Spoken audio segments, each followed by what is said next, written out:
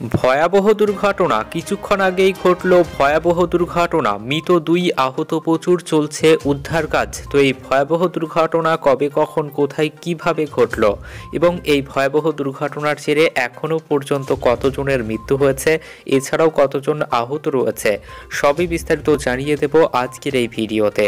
তো অবশ্যই ভিডিওটি সম্পূর্ণ দেখবেন আর এমনই প্রতিদিনের লেটেস্ট ট্রেন্ডিং খবরগুলি সবার আগে পাওয়ার জন্য আমাদের চ্যানেলটি সাবস্ক্রাইব করুন।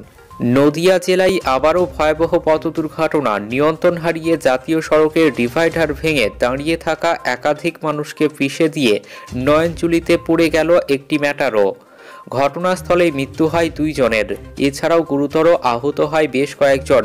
এই ঘটনায় উত্তেজনা ছড়ায় গোটা এলাকায়। ঘটনাটি শুক্রবার বিকেলে নদিয়ার ফুলিয়ার চটকাতলা এলাকায় জাতীয় সড়কে ঘটেছে। প্রত্যক্ষদর্শীদের কাছ থেকে জানা যায়, ম্যাটারো গাড়িটি রানাঘাট থেকে কৃষ্ণনগরের দিকে যাচ্ছিল। সেই সময় ফুলিয়ার বাসস্ট্যান্ডের 34 নম্বর জাতীয় সড়কের ফ্লাইওভারের শেষ অংশে গিয়ে নিয়ন্ত্রণ হারিয়ে ফেলে গাড়িটি। পাশেই দাঁড়িয়েছিল বেশ কয়েকজন মানুষ। জানা যায়, গাড়িটি তাদের উপর দিয়ে চলে গিয়ে প্রায় 100 মিটার দূরে একটি নয়নজুলিতে গিয়ে পড়ে।